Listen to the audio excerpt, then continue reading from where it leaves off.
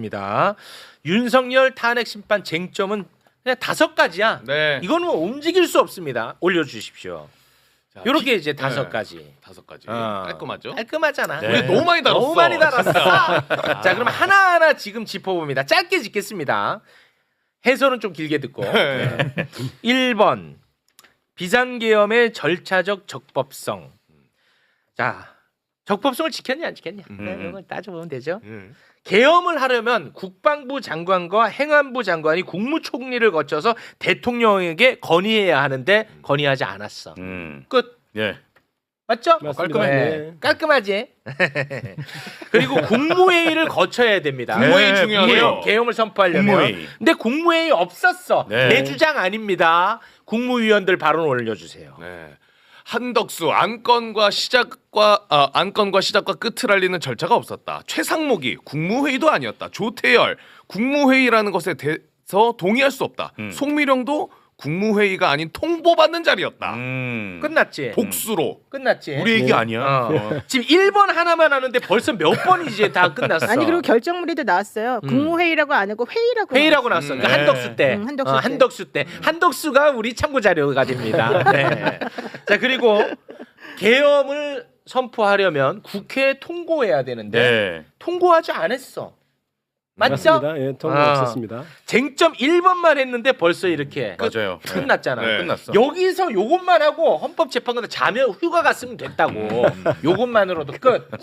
더 이상 붙일 말 없죠. 그렇죠. 자. 예, 실제로 한덕수 총리도 헌법재판소에 나와 가지고 실체적 절차적 하자가 있었다 이런 발언을 명백하게 합니다. 증인으로서. 그러니까 실질적인 요건, 계엄의 실질적인 요건도 지키지 않았고 형식적인 절차도 지키지 않았단 말이 그 한마디에 압축돼 있어요. 근데 당시에 가장 중요한 증인이라고 하신 한덕수 총리가 그런 얘기를 했다면 더 볼 것도 없는 것이죠. 네. 그리고 한덕수 결정문에도 나와요. 사실은 이제 자기네가 무슨 생각 가지고 있는지 우리에게 안 들키려고 너무 노력을 했지만 그럼에도 불구하고 하나 명확하게 나오는 게 한덕수 결정문의 중간에 보다 보면 이 비상계엄 선포의 절차적 적법성 이 부분이 명확히 나오거든요. 근데 거기에 보면은 절차적 적법성을 지키지 않았다, 위법하다 이 전제가 명확히 깔려 있습니다. 네. 근데 아직도 댓글에서 뭐래요? 뭐 국회에 통과하지 않았다고? 윤석열이 뭘 방송에서 선포하는 걸 다 봤는데 뭘? 야, 그렇게 하는 게 아니야. 이 절차가 있는 거야, 절차가. 당연하지. 그거 마치 검찰이 저기 그 항고 포기 즉시항고 포기 안 하고 풀어준 거하고 똑같은 거죠. 우리 그냥 정식으로 서면으로 알리고 그런 절차라는 것은 법적으로 정한 절차들이 절차가 있잖아요. 있잖아요. 아무리 안다 하더라도 네. 통보가 가야 되고 이런 게 예, 있어요. 그렇습니다. 그렇죠. 그러니까 아직도 근데 얘네들은 진지해요. 이게 그냥 농담을 하는 게 아니라니까. 야, 그럼 무슨 카톡으로 하면 되겠니? 아이고, 카톡 속 그 터진다. 신박한데요. 네, 속 터져. 아직도 이런 애가 있어. 그래가지고 우리가 선고 때까지 계속 알려줘야 돼. 그렇습니다. 네. 계속합니다. 네. 자, 그리고 윤석열 탄핵 심판 쟁점 2번 포고령 1호. 아 포고령. 포고령 사진 다시 한번 또 띄웁니다. 포고령. 600번째 띄우는데요. 야. 요거 다른 거 필요도 없습니다. 어허. 1번 1번. 국회 정치 활동 금지 자체가 그냥 위헌이야. 예. 더 이상 할 것도 없어. 그리고 위헌적 포고령이 심지어 집행이 됐습니다. 김봉식 경찰청장이 포고령에 의해서 국회를 봉쇄했다고 헌재에 나와서 진술을 해버렸습니다. 네. 안 믿겨요? 그럼 영상 한 번 더 보고 갑니다. 네, 영상 좋다, 보시죠. 그 2차 전면 통제하신 거는 국회의원들이 계엄 해제 의결하러 국회에 들어가는 상황은 마찬가지였는데 이 포고령 1항 때문에 결국 다시 전면 통제로 돌아갔던 거죠. 포고령 1항이 말하자면 우선한다고 판단했던 거죠. 그 포고령이란 근거에 의해서 상급청의 지시에 따라야 된다고 생각했습니다. 청장도 근데 포고령 1항은 딱 그냥 문구 자체가 위헌. 네네. 네. 그 위헌적인 포고령을 실제로 집행했다. 그리고 그 당연한 건데 포고령을 발령을 할 때는 대통령이 결재를 해야 되는데 실제로 김용현의 증인신문 과정에서 그는 윤석열이 정확하게 얘기를 했어요. 그때 당시 물론 자기가 이제 뭐 계몽을 하기 위해서 계엄을 했다는 전제하에 그런 주장을 하지만 네. 그거 갖고 왔는데 포고령 이거 보니까 조금 문제가 있는데 어차피 맞아. 계몽하는 거니까 그냥 놔뒀습니다 이렇게 생각을 네. 하거든요. 그러니까 예. 실제로 자기가 그 포고령을 보고 실제 결재까지 다 했고 승인까지 했다는 것을 인정을 해버렸어요. 맞습니다. 그러니까 더 이상 뭐 더 증거가 필요하겠습니까? 이게 잘못했다는 걸 자기도 인지했다고 스스로 자백을 그렇죠. 한 이게 거예요. 문제가 네. 있다고까지 문제가 그때 있다고 발언을 했는데 했어요. 문제가 맞아요. 있는데 놔뒀다 이렇게 얘기를 했거든요. 김영현이 잘못했다 이렇게 또 핑계도 대죠. 네, 그렇죠, 그렇습니다. 그렇죠. 네. 네. 근데 이게 논리적으로 얘기를 하면 사실은 이게 그 판결문 나오면요.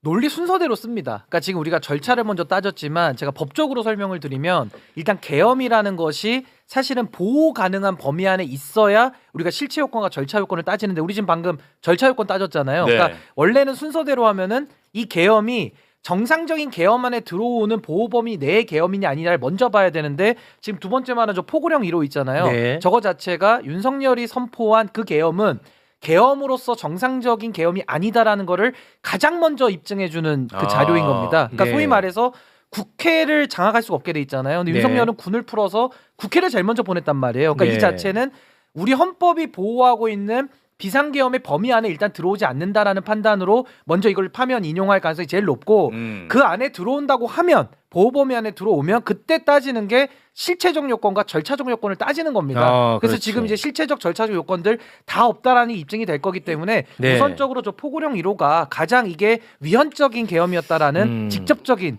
직접적 요건 증거이다. 설명이 되는 겁니다. 해제 결의를 할 수 있도록 하기 위해서 사실 법에서는 국회가 폐회 중이면은 대통령이 임시회를 요구할 수 있도록까지 하고 그렇습니다. 있거든요. 그러니까 국회 권능을 계속해서 배려하고 장려할 수 있도록 되어 있는데 저 포고령 1호는 아예 그걸 배제하는 규정이잖아요. 네. 그러니까 그 자체가 그냥 바로 인용된 네. 저 후원 계좌죠.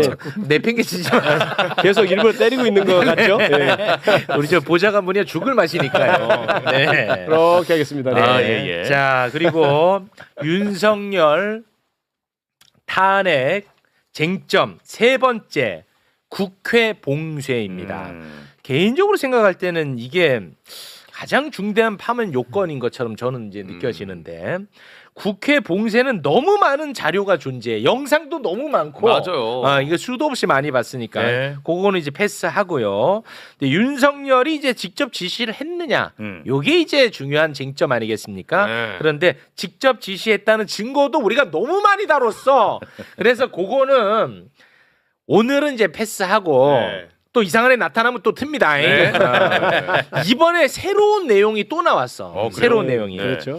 이상현 특전사 1공수 여단장하고 국회 현장에 당시에 직접 투입이 됐던 김영기 특전사 1특전 대대장과 나눈 통화 녹취 33개가 오. 12월에 검찰이 이미 확보한 상태였습니다. 네. 그런데 이번에 구체적인 내용이 나왔어요. 네.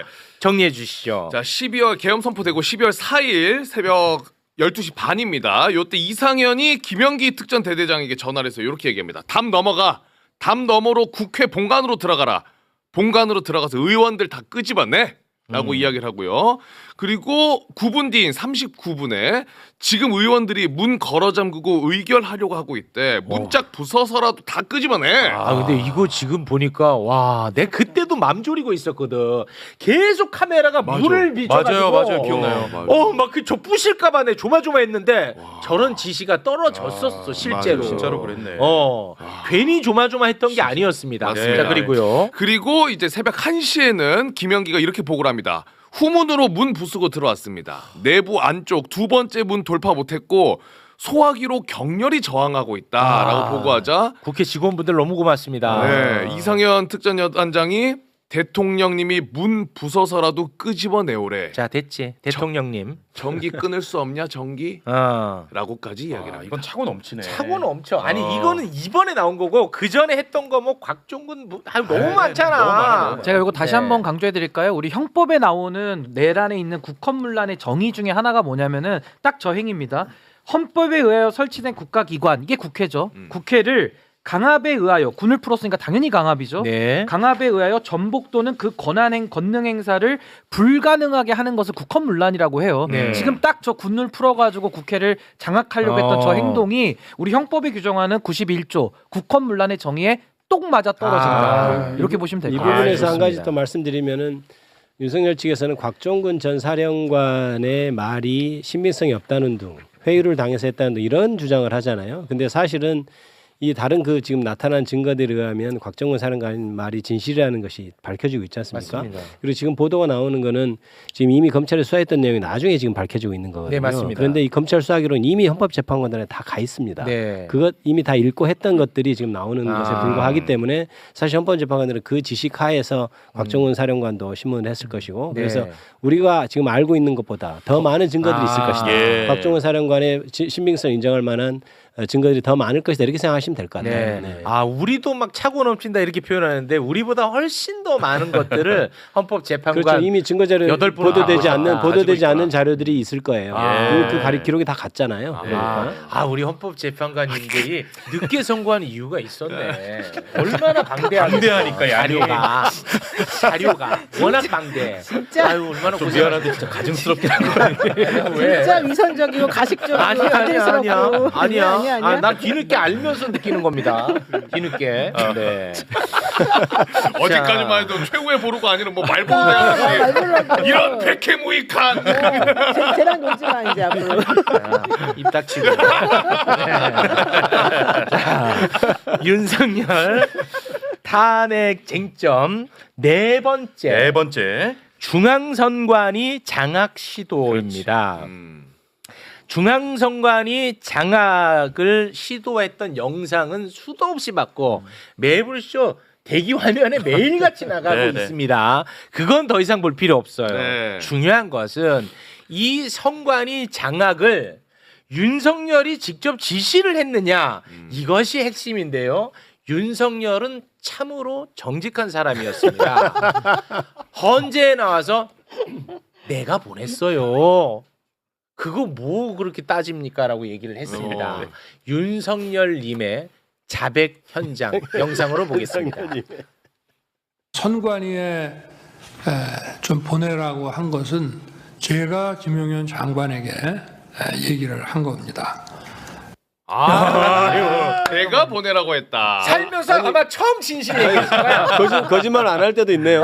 처음이야. 진짜로. 아 진짜 처음이야. 이거 끝난 거 아니냐 이거는? 이거 자백을 했는데. 네. 뭐. 저런 거 이제 다툼 없는 사실이죠. 완전 끝난 거죠. 네. 그러니까 완전히 끝났어요. 영상 존재하고 네. 그 영상의 지시자는 나다. 그렇죠. 끝! 중간에 나는 모른 채 누가 했다 이런 말을 할 수 없는 상황이죠. 자기가 네. 다 인정했으니까요. 깔끔하죠? 네, 그리고 그렇습니다. 선관위도 역시나 헌법기관입니다. 그렇습니다. 북한문란에 또 해당합니다. 네. 행정부나 사법부만 이렇게 하는 게 어떻게 보면 제한할 수 있는데 네. 선관위는 그게 속하지 않은 기관이잖아요. 그렇습니다. 당연히 침탈하면 안 되는 거고. 제5부죠. 5부. 네. 네. 심지어 감사원이 선관위를 감사하는 것도 그렇죠. 위헌이라고 네. 그렇습니다. 헌재가 결론 내렸거든. 그럼 더 확실하네. 감사하는 것도 위헌이래. 근데 총 들고 간 거는 위헌이 아닐까? 그것도 대통령이 보낸 겁니다. 대통령이 보낸 거. 네. 이거는 뭐 더 이상 방법이 없잖아. 이건 아무리 윤석열을 사랑하는 사람도 방법이 없습니다. 그렇지. 됐죠? 역시 진짜 이건 하나도 안 달리네. 네. 끝. 자, 다음 윤석열 탄핵 쟁점 다섯 번째. 주요 인사 체포 지시.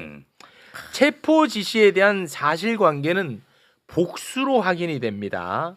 여인영에게 체포 명단을 받은 사람만 우리가 아는 것만 최소 3사람이에요. 올려주시겠습니까?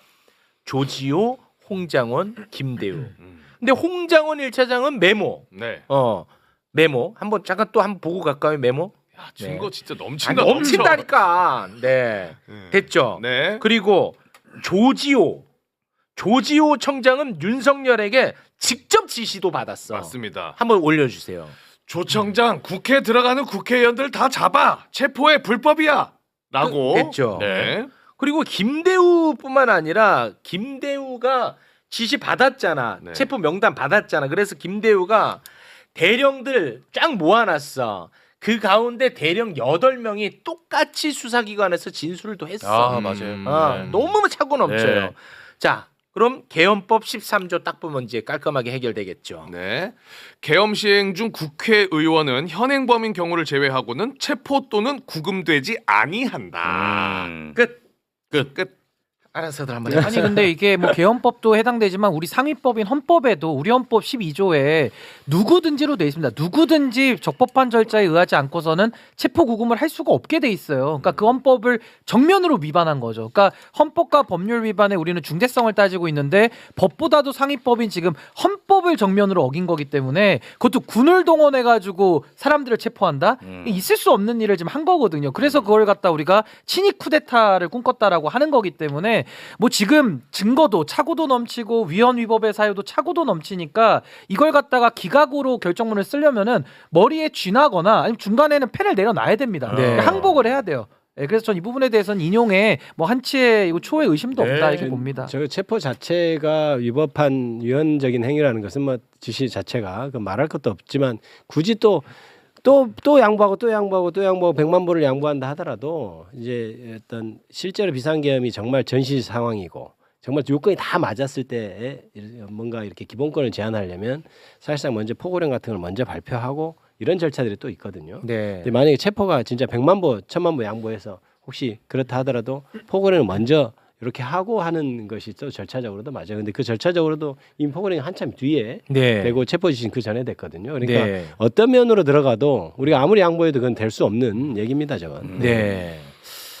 자, 뭐 너무 깔끔하게 다 정리가 됐는데 아, 이게 어렵냐고. 아니, 그리고 네. 법적인 거 하나만 제가 더 아, 설명드리면 지금 우리 의원님 말씀하신 대로 뭐 만보 양보를 해서도 지금 이 설명이 맞는 건데 만보 양보에 들어가기까지는 아까 말씀드린 두 가지의 요건이 충족이 돼야 돼요. 그러니까 우리 비상계엄을 선포하려면 첫 번째가 실체적 요건. 그게 이제 전시사변 이에 준하는 비상 상황이 있어야지 선포하는 건데 일단 그게 없기 때문에 맞습니다. 실체적 요건도 없고 맞아요. 또 절차에 대해서도 지금 뭐 국무회의도 안 했고 뭐 모든 절차가 지금 다 위반으로 속속 드러났기 때문에 이 계엄은 어느 재판관이 와도 이거는 정당하다라고 지금 쓸 수가 없는 그런 네. 상황이에요. 아무리 증거를 엄격하게 본다 하더라도, 그러니까 국민의힘 쪽에서 뭐 주장하는 걸 다 들어준다 하더라도 뭐가 명백하냐면 첫 번째로 비상계엄의 요건이 갖춰지지 않은 채로 했다는 것은 윤석열이 인정하고 있어요. 윤석열 자백부만 제가 좀 볼게요. 네. 왜냐하면 내가 뭔가 경고하려고 했다. 실질적 요건이 아니라는 걸 인정하는 거예요. 그 맞습니다. 자체로. 그러니까 본인이 실질적 요건이 안 인정했어. 되는데 맞아. 내가 경고형을 했다는 것은 네. 맞아요. 그걸 자백한 거예요. 두 맞아요. 번째 선관위 포고령 위반. 아까 자기가 별로 안 될 걸 알면서 했다. 이렇게 얘기했던 거고 선관위도 보낸 것도 내가 했다는 거. 그러니까 벌써 자백하는 것만 명시적으로 우리가 다 100만 부 양보해서 자백하는 벌써 서너 개가 나오는 거거든요. 네. 그러면 어떻게 저걸 벗어날 수 있겠습니까? 네. 6,500만 부 양보해서 아 그렇게까지 6,500만 나 웬만하면 이렇게까지 양보 안 해. 양보 잘 안 하거든. 6,500만 부 양보해서 네. 비상계엄의 요건에 안 맞는다 쳐. 그리고 윤석열이 내가 나름대로 비상계엄 요건 만들었다. 경고하려고. 네. 그리고 줄탄핵 때문에 뭐 이걸 인정한다 쳐. 6,500만 부. 근데 그마저도 헌재에서 줄탄핵도 아니야라고 얘기했어요. 아, 그래서 맞아. 결정문에. 네. 6,500만 부 양보도 이제는 방법이 없다 이거. 맞아요. 됐죠? 네. 그리고 그때 헌재에서 막 부정선거 얘기할 때 재판관들이 인상 다 안 좋았거든요. 아. 쓸데없는 얘기 자꾸 한다고. 네, 그러니까 뭐 맞습니다. 여지가 없는 겁니다. 네. 그래서 그냥 법과 상식대로 한다면 이거는 8대 0 인용일 수밖에 없다. 네. 그렇습니다. 맞죠? 네. 저는 이렇게 생각해요. 8대0 인용은 이제 당연한 건데요. 다만 이제 혹시 한두 명 정도가 소수 의견으로 붙여서 일부 어떤 사실에 대해서 뭐라고 한다든지 이럴 수는 있겠다. 그러니까 그쪽에 이른바 보수적인 재판관이라고 해서 혹시나 이렇게 지연하고 했던 어떤 그런 분들이라면 네. 8대0은 결론은 맞지만 한두 개 정도는 나는 요건 별개의 의견. 별개의 의견을 안 이렇게 해서. 생각해. 예. 요 정도는 내지 않을까 정도는 생각합니다. 물론 8대0 전체적으로 가는 게 가능성이 높아 보이지만 그래도 그쪽에서의 그러니까 그쪽에 임명되고 했던 사람은 뭔가 또 필요를 느낄 수도 있겠죠. 그러니까 예를 들어서 8대 0은 이제 맞는데. 그대로 가는데 아. 뭐 별도 의견 또는 소수 의견으로 네. 누군가가 야당도 솔직히 좀 너무하긴 했어. 예를 들어 뭐 이런 거. 쓴다든지 아니면은 증거 관련해서 의견을 좀 쓴다든지 그러니까 뭐 여러 가지 좀 그건 좀 가능성 생각해 볼 수 있어요. 8대 0이면 소수 의견은 나올 수가 없고요. 별개 의견으로 나올 수 있어요. 그렇죠. 소수 의견은 반대하는 거니까. 별개 의견이라고 그래요. 해요. 정확히 별개 그렇죠. 의견. 정확히 별개 의견. 그렇게 되면 이제 별개 의견. 김복형이나 이런 분들은 조금 쓸 가능성이 있어요. 지난번에 썼잖아요. 네. 그런 식으로 쓸 수는 있어요. 아니 근데 김복형에 난안쓸것 대해서도 같아. 걱정 안 하셔도 되는 게 지난번에 한덕수 케이스에서는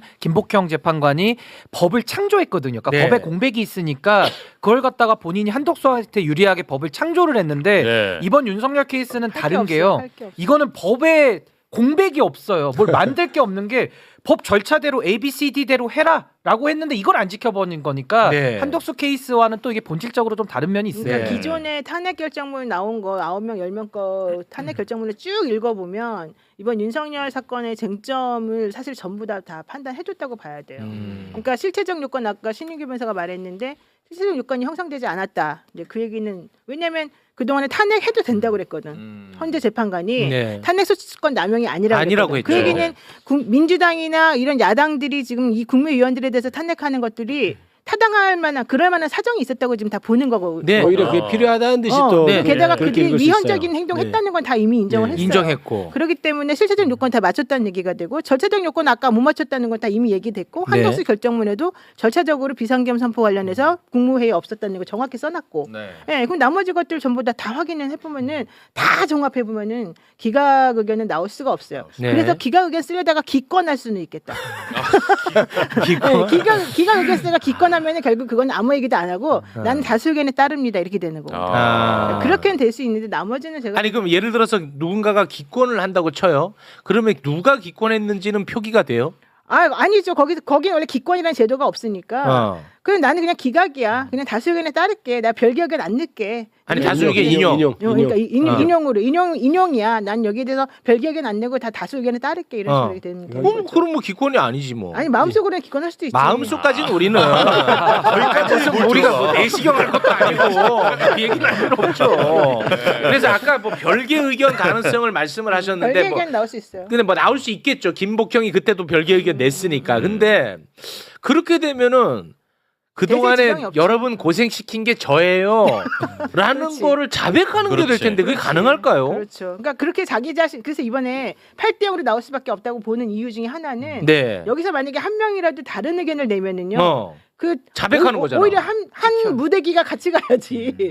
자기 혼자 튀는 식으로 했고 누군가로부터 이 공적이 되거나 표적이 될 필요는 없잖아요. 그렇죠. 그러니까 그걸 지금 우려했다는 얘기는 거예요. 그러니까 이렇게 늦어지는 것도 본인 때문으로 자백이 되는 거니까. 그러니까 지난번에 박근혜 전 대통령 때도 원래는 2명 정도가 사실은 8대 0이 아니었다는 네, 얘기거든요. 그랬다는 얘기죠. 그러다가 2명이 우리가 별개 의견 내거나 딴 얘기 냈을 때 우리들 이렇게 되면 큰일 날 수도 있다. 네. 이 생각 때문에 다 그냥 한꺼번에 몰았다는 얘기가 있었거든요. 그러니까요. 이번도 마찬가지로 그렇게 될 가능성이 있다. 네. 그래서 그것 때문에 네. 그것 때문에 선거를 늦게 했다가 이번에 그게 정리가 된 것으로 보인다. 그러니까 네. 그때도 박근혜 탄핵 때도 안창호 재판관이 그때 별개 의견을 좀 냈었거든요. 근데 그때도 이제 가장 유력하게 박근혜 편 들어주는 거 아니냐라고 네. 의심했던 그 재판관, 그랬죠. 지금 이제 인권위원장인데 네. 그분이 별개 의견을 어떻게 썼냐면요, 성경 구절까지 써가지고 정의를 하수와 같이 흐르게 하라, 막 이런 성경 구절까지 인용을 하면서도 박근혜를 더 파면할 사유가 네. 크다라는 식으로 얘기를 했기 때문에 네. 그러니까 이번에도 저도 노영희 변호사님 말씀대로 김복형 재판관이 좀 다른 길을 갈 가능성이 있기는 한데 저는 뭐 크게 이 대세를 흩뜨리기는 거스르지 매우 않을 어렵고요. 거예요. 사안 네. 자체가 너무 여기서 중차대하기 이제 때문에. 별개 의견 얘기가 나와서 그것이 마치 뭐 큰 이슈인 것처럼 혹시 다뤄줄 수 있는데 그건 전혀 아니고요. 네. 결론은 8대 0인데 네. 재판부 재판관이 결론은 맞는데 나는 또 이렇게도 생각해. 이 정도 의견이기 때문에 네. 중요하게 다룰 일은 아닙니다. 그렇습니다. 네, 그렇습니다. 아 근데 진짜 확실히 헌법재판관 분들은 뭐 정말 맞지? 입이 잘 안 되네. 마음에 없는 얘기를 하니까. 잘 안 되네. 이렇게 선고기일이 지금 잡혀 있는 상황에서 네. 윤석열 쪽에서는 출석 여부는 그런 거는 네. 우리 의원님 보내드리고 좀 이따 우리 갈까요? 박지원 원장님이랑 같이 이야기 아, 나누겠습니다. 좋아요. 왜냐하면 그때는 이제 한덕수 얘기도 나와야 되고 최상목 얘기도 나와야 되거든. 그렇군요. 알잖아. 네. 자 우리 김기표 의원님과는 여기서 인사를 나누겠습니다. 끝으로 하실 말씀 따로? 우리 저기 그동안 우리 국민 여러분 너무 고생하셨는데요. 선거기일 지정되고 일단은 안도를 합니다만은 네, 마지막까지. 선거 마지막까지 우리가 네. 긴장하고 여전히 네, 그렇습니다. 우리의 뜻을 네. 정확히 보여주는 것이 필요할 것 같습니다. 그렇습니다. 파이팅입니다. 네, 네. 감사합니다. 후원 계좌 읽어드려야죠. 네, 김기표 의원님 후원 계좌 농협. 읽어드릴게요 내가. 감사합니다. 301-0341-5040-11번. 301-0341-5040-11번. 아니, 하면 대구 읽어드릴게요. 네, 그리고 네. 김기표 TV도. 김기표 의원이었습니다. 고맙습니다. 감사합니다.